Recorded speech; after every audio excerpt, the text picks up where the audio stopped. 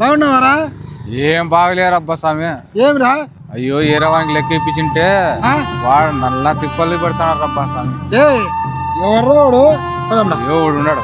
రారా నువ్వులే వాళ్ళు మళ్ళీ వచ్చారు. ఎవరు ఇవ్వాల్సింది? వీడేనా? వాళ్ళిద్దరు కాదు ఇవ్వాల్సిండే చెప్ప. ఏమరా కాదురా లే పోయి అయిపో దగ్గర చేసినావి. అయిపో మీద పడితే చచ్చిపోతామే మనము. చిన్న భాషకి చెప్పు. నువ్వెంత లోపల నా కొడుకురా నువ్వు? ఏమో ఇచ్చినారా?